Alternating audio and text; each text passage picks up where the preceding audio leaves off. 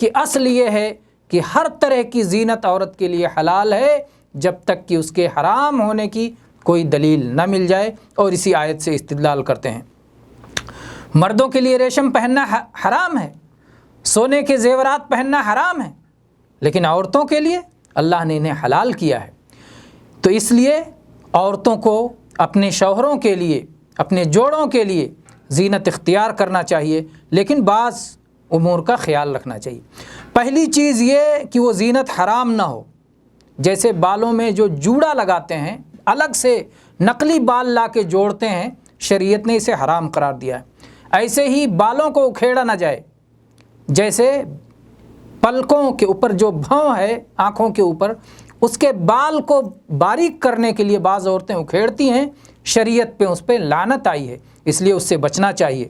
اسی طرح سے گدنا گدواتی ہیں، اس پہ بھی شریعت میں لعنت آئی ہے۔ دانتوں کے درمیان فاصلہ بنوایا جاتا ہے، اس عمل پر بھی شریعت میں لعنت آئی ہے۔ تو ایسے حرام کاموں سے بچنا چاہیے۔